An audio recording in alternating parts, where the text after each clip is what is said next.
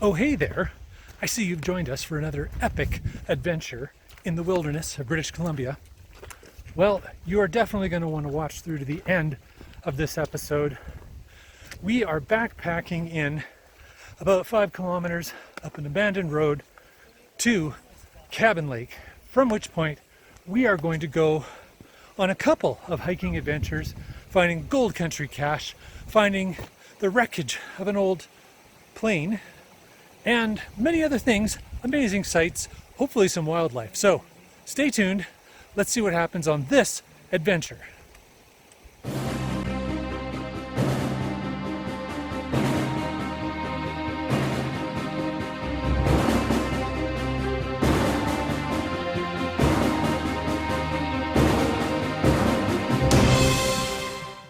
While with a high clearance 4x4 you can drive up, we opted for the self-punishment option, to backpack about 5 kilometers uphill to Cabin Lake, which would be our base camp for the weekend.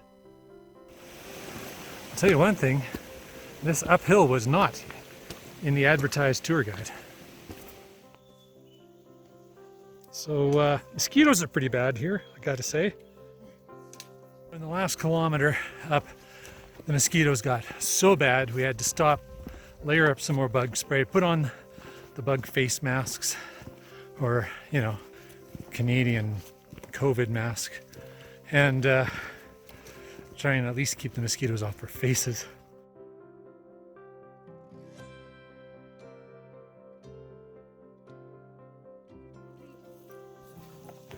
And this, my friends, is the very aptly named Cabin Lake. Well, we got to the lake, and despite the bothersome bugs, we got our tents set up, crafted our campfire, ate dinner, and then stayed up late telling tall tales amongst the timbers while we thought through tomorrow's trek. Morning, guys. The crew's all getting our breakfast ready to start our really cool first day hike, which we'll show you in just a few moments. But first of all, let's go check out the old cabin that Cabin Lake is named after. So I'm not too sure on the history of this old cabin yet, but we're going to try and look up what we can, share it with you guys. It is not a tall door, at least by my standards.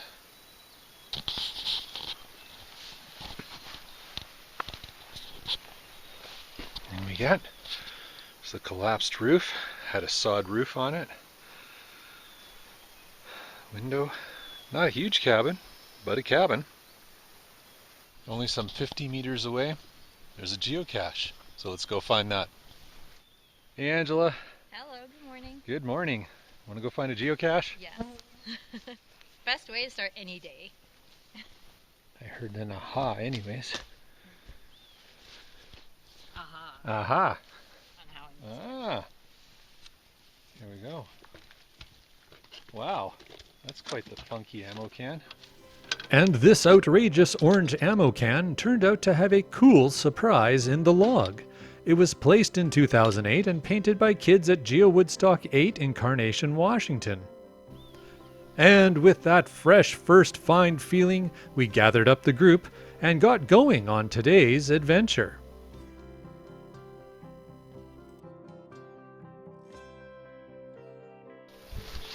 Well, we're on the trail, we're moving. The mosquitoes seem to have lightened up a little bit. Maybe it's because we're moving. We'll find out. But this is a long cabin lake here. So we're just camped on the other side. We're going to walk along the north shore of the lake and find our way up to our trails. But first, we're going to find ourselves a gold country geocache. Ah, look at that. And its own throne. How are you feeling about that gold country cache? happy dance! Woohoo! Objective 1 achieved. We've got our Stoyama Gold Country GeoTour cache found, our stickers distributed, and now we start the hike out to check out the wreckage of the old water bomber. It's maintenance! Come and get it. Had to work for this one, eh buddy? Yes, higher up than I thought it would be. Yeah, because there's the trail. A pen? What a good idea.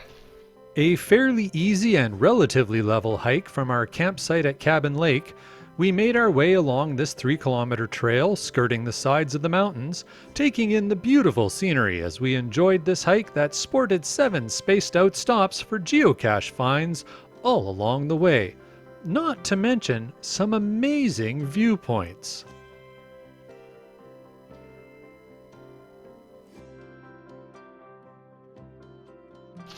Not a bad view behind us.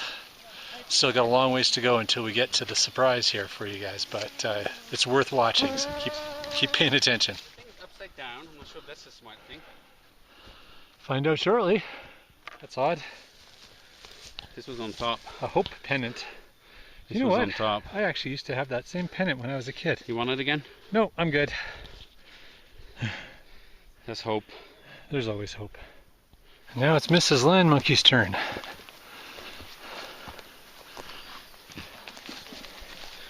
Good job. Look at that. I found one. And you slackers, they're just resting by the trail while I do all the hard work. Yep. So we're getting closer and closer to today's hike destination, which is great. And some of these views just get better and better the further along we go. Something to be said for this part of British Columbia. It is beautiful. So we're just under 200 meters to our next cache. After we find that one, we'll kind of loop our way back in to an earth cache and a very special site we're looking forward to finding here.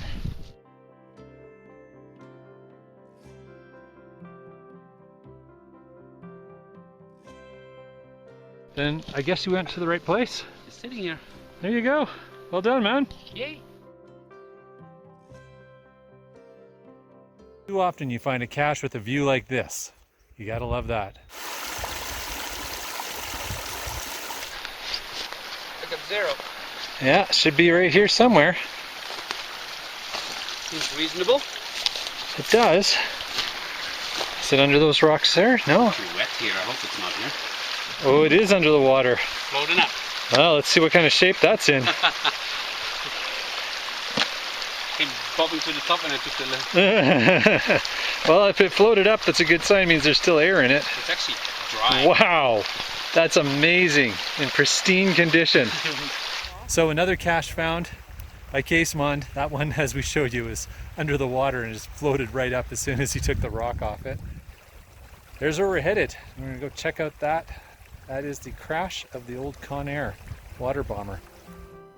As we picked our way across the talus toward an engine from Conair 24, we were awed by the sight of the wreckage spread across the steep hillside from the fatal 1974 crash.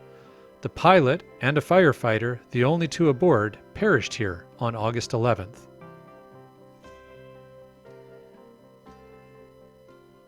So we were in the middle of the debris field of the Conair water bomber crash here on the side of the mountain. It's a very humbling experience to see all this wreckage strewn about. Kind of amazing as well.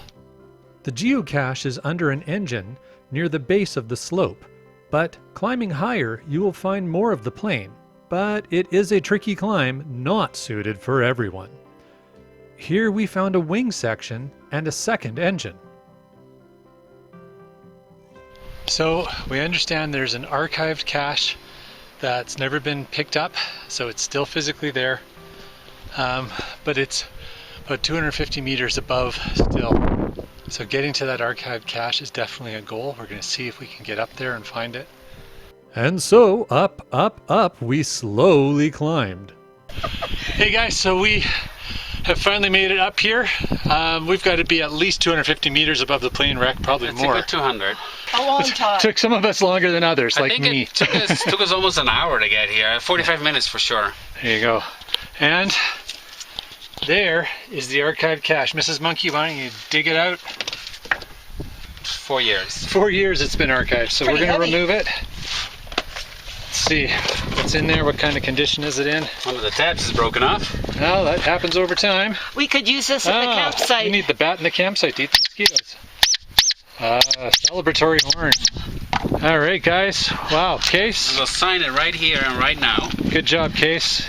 But actual finders, only 2 Only to the FTF party, before us. which is now 5 years ago, and 4 years ago it was archived. There you go. All right. And there's the view we've earned. Not too shabby. Not too shabby at all. Does anyone have a pen?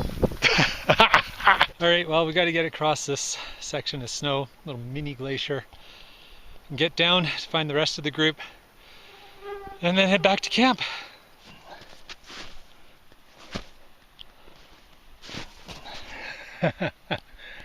I'm concerned that I'm going to end up sliding at this point.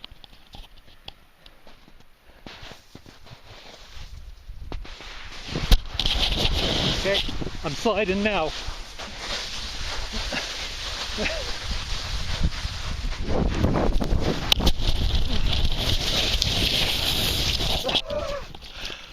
Well, I slid. And now for the return hike back to Cabin Lake.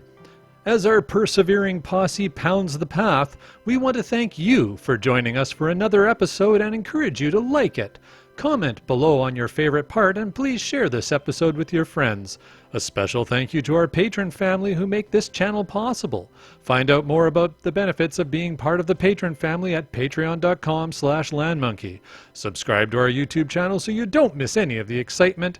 We will continue to bring you some more amazing hiking adventures along with the newly launched Season 5 episodes, where we will take you on geocaching adventures through Quebec, the Canadian Maritimes, and the Northeast USA.